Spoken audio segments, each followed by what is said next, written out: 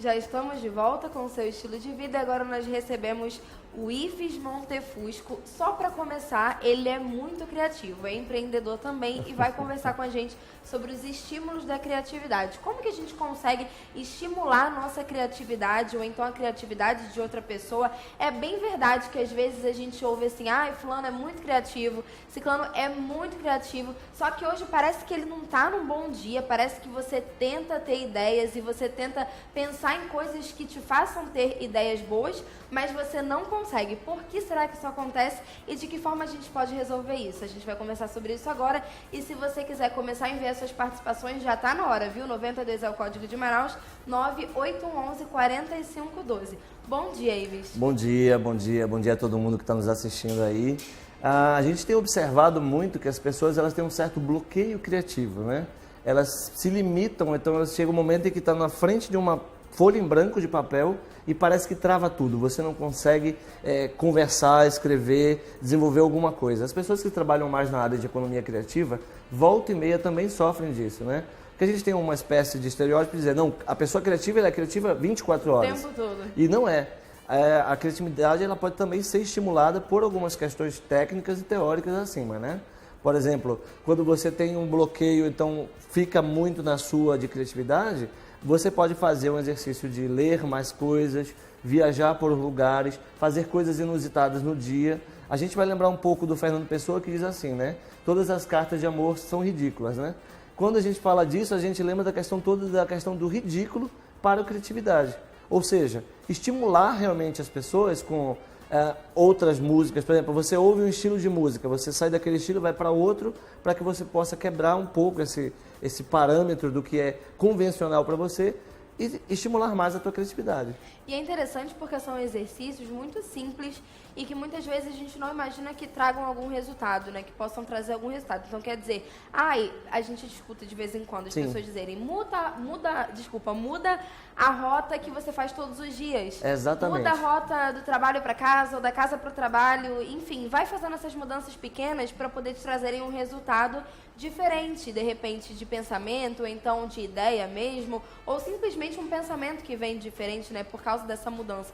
A gente não imagina que isso vai dar certo porque é muito simples. Porque assim, são estímulos muito simples. A questão de mudar de rota, mudar de caminho, favorece pra gente uma questão muito básica, que é você quebrar um pouco a tua rotina. Quando a gente fala em quebrar a rotina, é sair daquilo que você faz todo dia, a mesmice.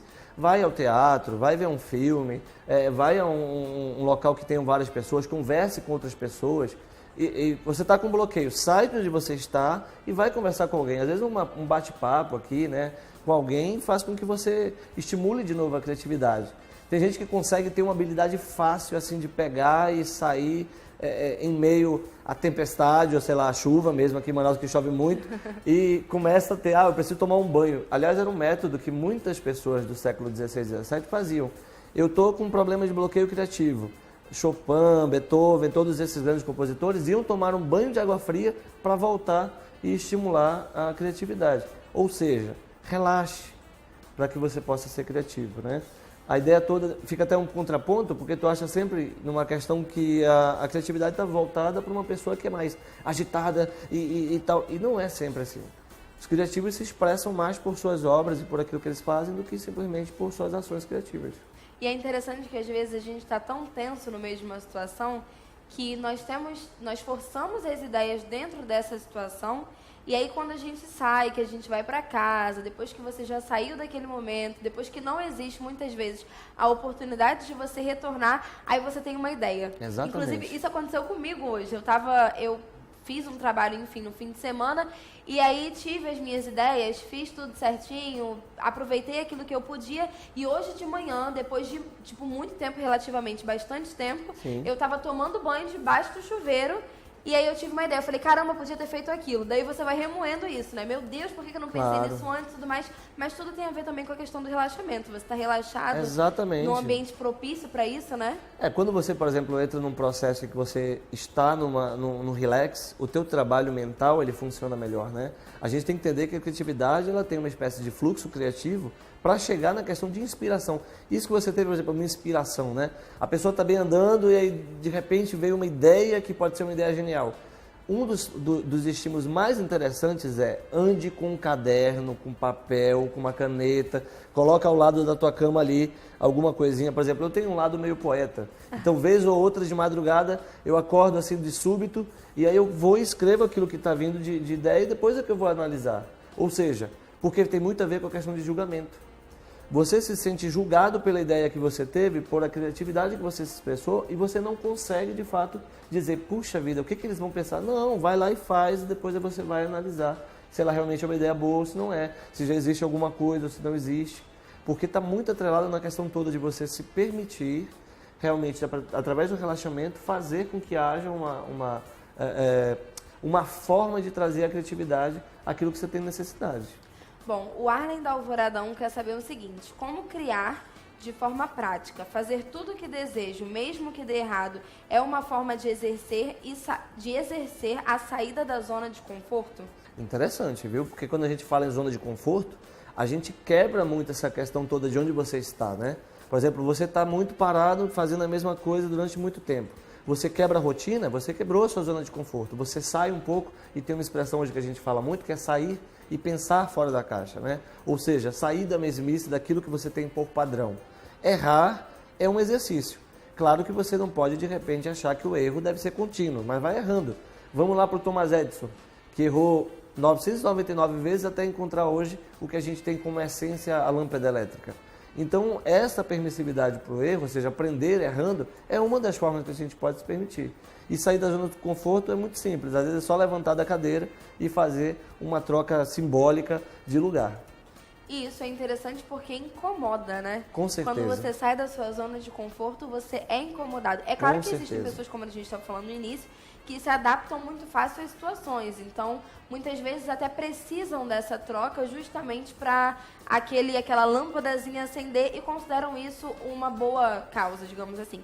Mas outras pessoas não gostam mesmo dessa troca de zona de Excelente. conforto e realmente se sentem incomodadas a partir disso, mas muitas vezes têm resultados também que não imaginavam anteriormente que poderiam acontecer. A gente vê, por exemplo, pessoas que têm ali uma ideia de fazer um quicão diferente. Quicão, para quem não sabe, é cachorro quente aqui na cidade de Manaus, né? Fazer uma comida diferente, fazer algo diferente. De repente está ali no teu escritório e tu estás pensando em alguma coisa para resolver e você se percebe ali completamente diferente daquilo que você estava fazendo. Ou seja, você muda a tua rotina, você muda o teu pensamento, né? Porque assim, a partir do momento que você tem o pensamento criativo, você desenvolve atividades criativas e atitudes criativas. E isso vai facilitando qualquer que seja o teu meio de convivência com as pessoas. Essa questão é tão interessante porque acho que tem a ver também com o olhar. Por exemplo, muitas vezes a gente vê pessoas que vêm de um outro lugar e aí observam aquele ambiente que a gente já convive há muito tempo. A nossa região é uma região muito característica, é uma região muito, digamos que tem elementos muito próprios. Exato. E aí, muitas vezes, a gente não consegue perceber esses elementos que estão à nossa volta todos os dias e durante a nossa rotina.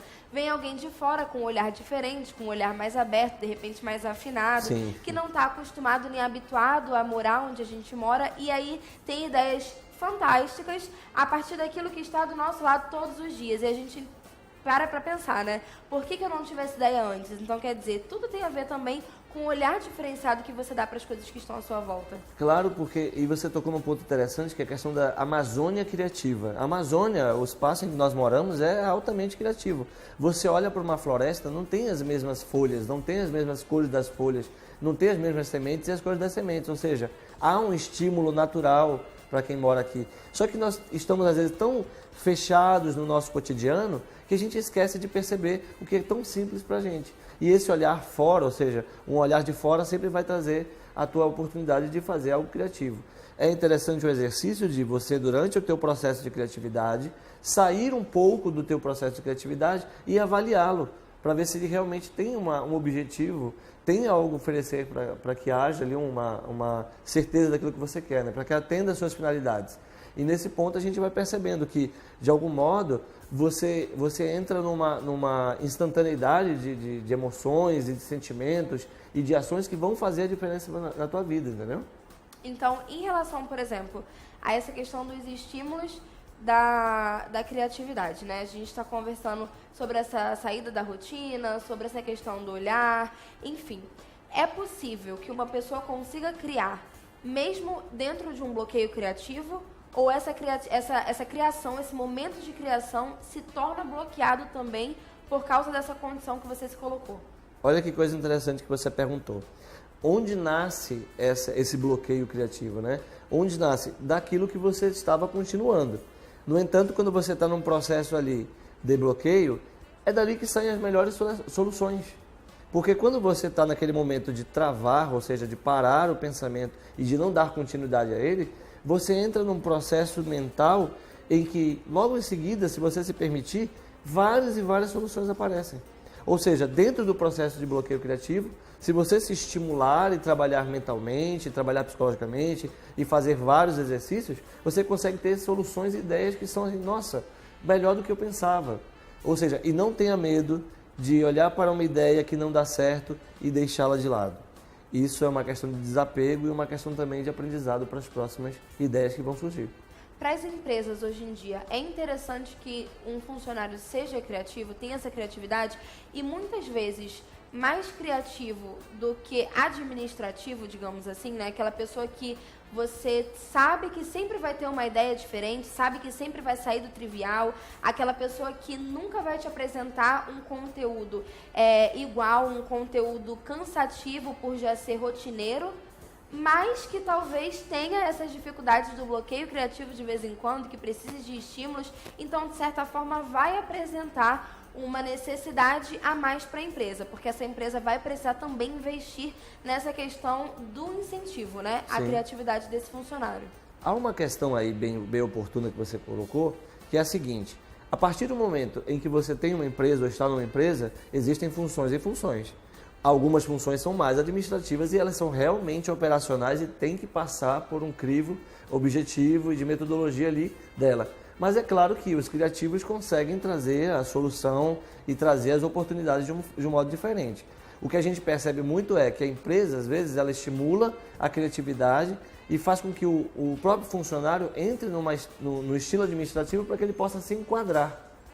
Esse se enquadrar é importante. Se você está dentro de uma organização, essa organização ela permite que você tenha essa certeza de fazer aquilo que for melhor, o que for fazer diferente na sua vida.